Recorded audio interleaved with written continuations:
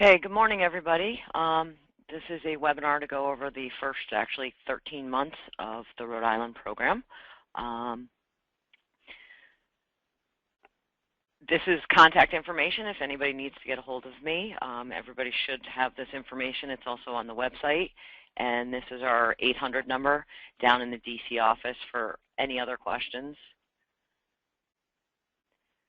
So the program goals, when we submitted the program plan to the state, was to establish a cost-effective, convenient statewide system for the collection and recycling and reuse of post-consumer paint, develop a comprehensive strategy with the cooperation of state entities, producers, and retailers for the proper management of post-consumer paint in a safe and environmentally sound manner, provide fiscal and regulatory consistency for all producers of paint that participate in the collection system, and establish effective collection, recycling, management, and education programs resulting in the collection amounts of unused paint consistent with the goals and targets of the statute and program.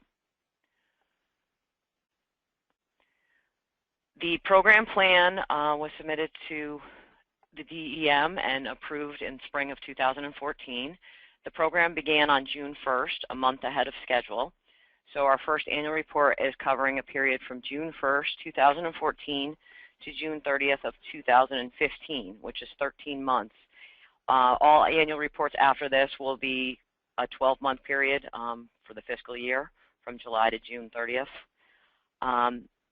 In the annual report, we are covering the description of the methods used to collect, transport, and process the post-consumer paint, volumes and types of post-consumer paint collected, and the methods of disposition, cost of implementing the program, and an independent financial audit, samples of education materials, and evaluation of methods used to disseminate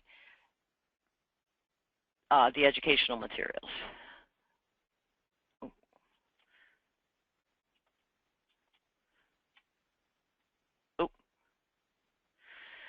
So after the first year, we had established 27 paint retailers, 2 transfer stations, and the Resource Recovery Permanent Household Hazardous Waste Facility in Johnston, resulting in a total of 30 year-round permanent drop-off sites. This resulted in 99.9% of Rhode Island households having a drop-off site within 15 miles of their home. In the program plan, the goal was 22 sites. This map shows all the little, where all the sites are. The yellow is the retail, the pink are the transfer stations, and the blue is the HHW facility in Johnstown. We also have the supplemental sites and events, with Resource Recovery having satellite events all over the state. We helped out with 29 of those. Those vary from year to year depending on locations and times. And we did 15 large volume pickups from 14 different locations. The large volume pickups are offered to anyone who has accumulated large amounts of paint, usually 300 gallons or more. The primary users have been contractors, but institutions and property management companies have also taken advantage of the program. Hopefully we will get a few more. Board of Ed is one that tends to have quite a bit as well stored up.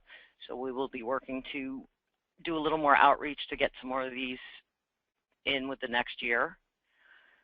This is the map. This map here on the left shows all the satellite facilities for Resource Recovery, which Rhode Island is the only state which is very unique with Resource Recovery managing household hazardous waste collections for the entire state. So this makes it a very good infrastructure. And on the right is where we have done the large volume pickups. We still have some other ones that are in the works. So here's our collection volumes for the first year, or 13 months. We processed over 64,000 gallons of paint in the first year.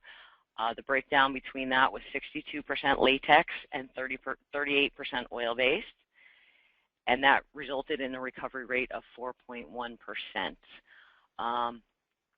of gallons sold in the state for the year, or 13 months. which is less than the 6% targeted, but it's likely because of the limited outreach at the beginning of the program.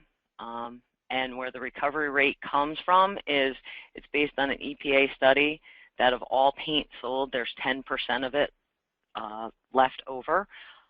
We expect to see a 7 to 8% recovery rate in a mature program, which is several years down the road.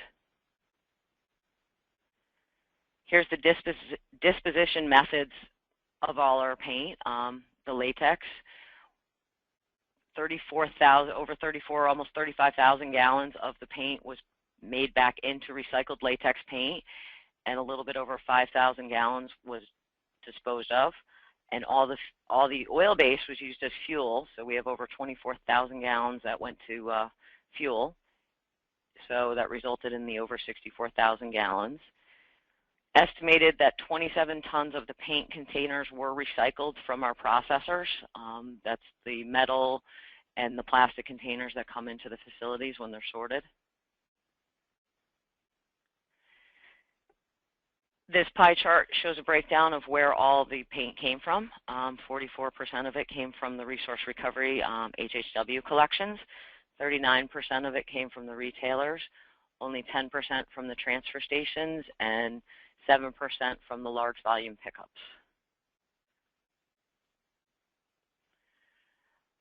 The fee structure is as shown up here, 35 cents a gallon, or 35 cents on quarts, 75 cents on 1 gallon, and up to 5 gallons, $1.60.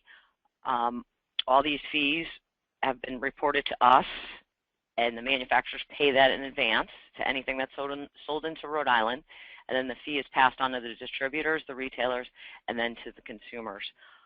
All the money collected for Rhode Island stays in the Rhode Island program, so we can continue with doing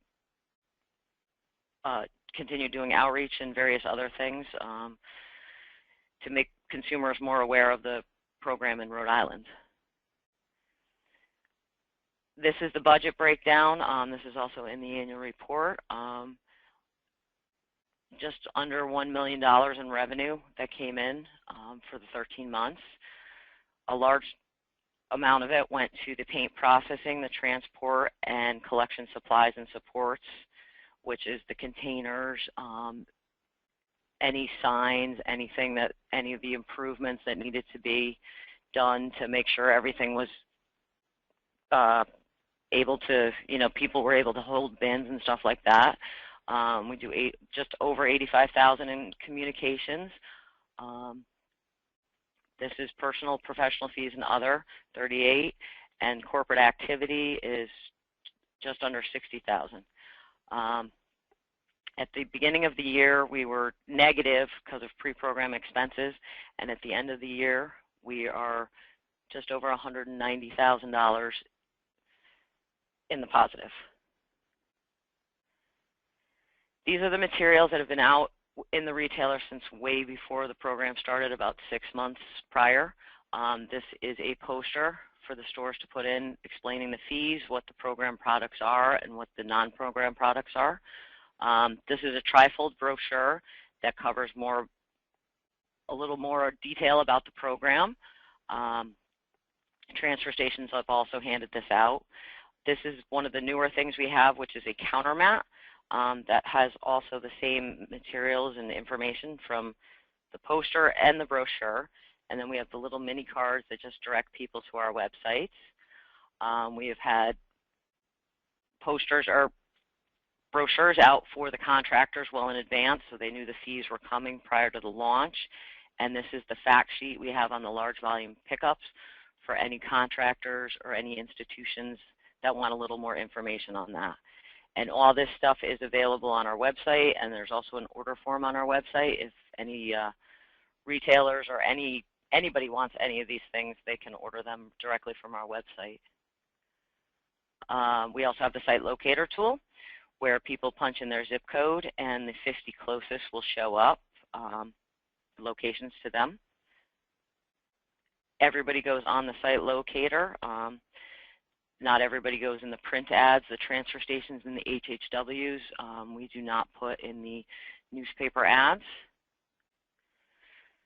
So the media began with very limited outreach. It just kind of said that there was a program coming, general information, sending them to our website.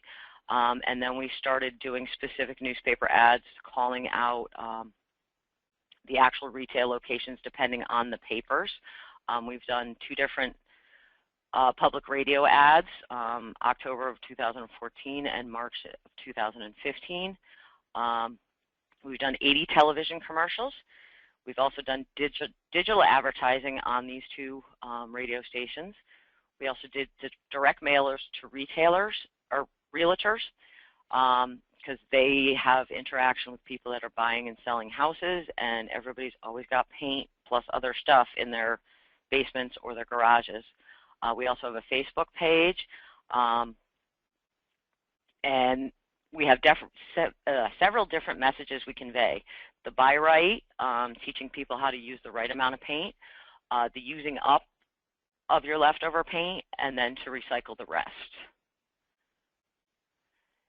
So up here is the beginning newspaper ads where it just kind of said the program is here. Go to your website, our website, to find your locations. And then we ramped it up with calling out actual retail stores depending on the paper. These are the cards. It's one card flipped over. One side is for the buyer, one's for the seller.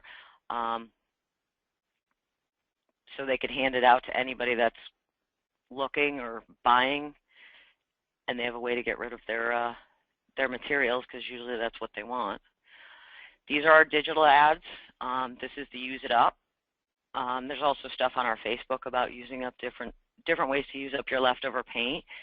And this is the ad about recycling the rest.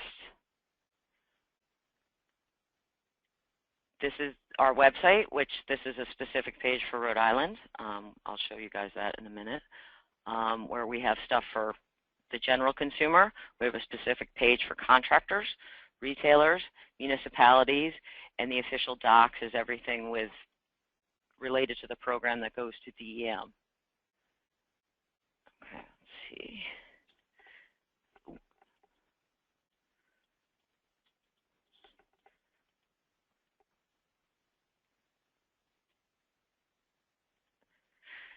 So here is the home page of our website. Right here is the link to go to the drop-off sites. You can either put a zip code in or a town.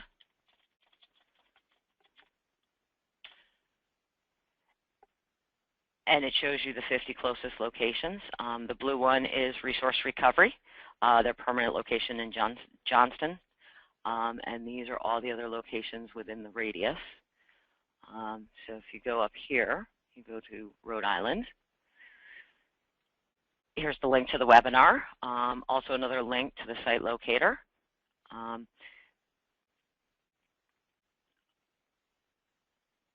A list of what we accept and what we don't accept, the fees, and the various brochures, which we also have translated.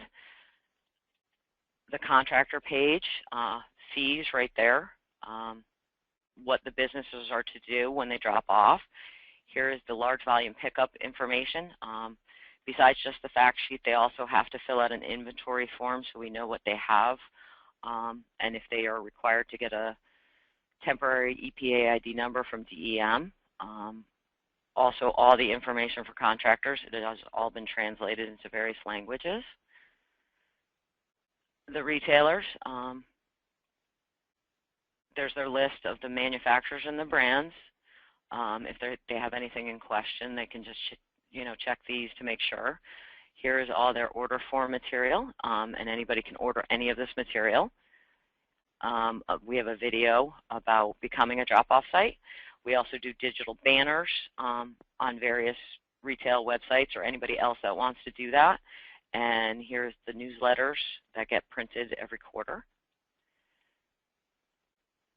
And the municipalities, we also have a fact sheet.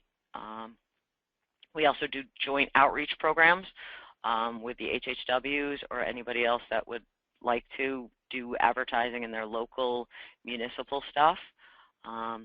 Anybody that would like to do reuse at their locations, we also have a reimbursement policy. And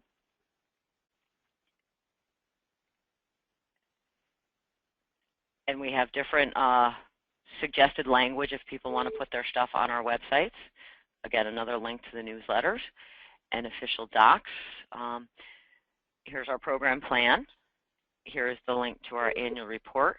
Here is the law from the state of Rhode Island and the link to DEM's website and the press release of the start of the program. Does anybody have any questions?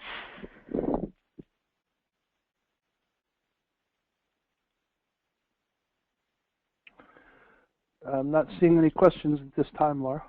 No, me neither. Okay. And then if anybody wants to read the full annual report and has questions, you guys can email me or call me, and I can answer all your questions.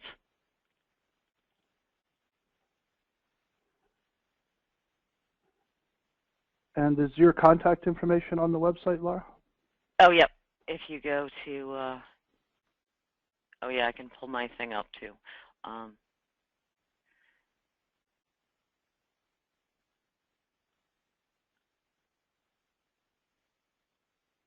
Everybody's information is right here.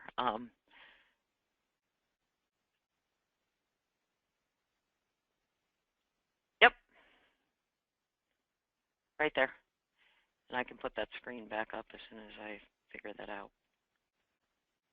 There we go.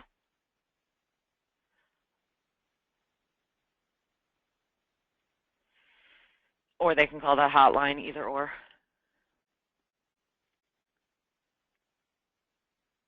Oh, wait, I have a thing for questions. Hold on.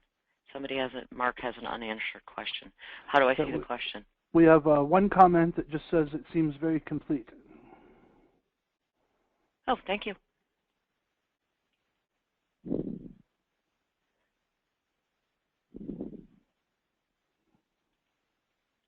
Well, if nobody has any questions, they all can. If you have any questions after you read the full report, feel free to contact me and I'll answer your questions. And Laura, will a recording of this be on the webinar? Yes, on the website. Yes. Yes. Thank you. Okay, and with that, would you like to conclude for this morning? Yes, well, thank you everybody for participating, and thank you everybody for making this a successful first 13 months, and we will continue on the next year. Thank you, Laura, and thank you all for attending.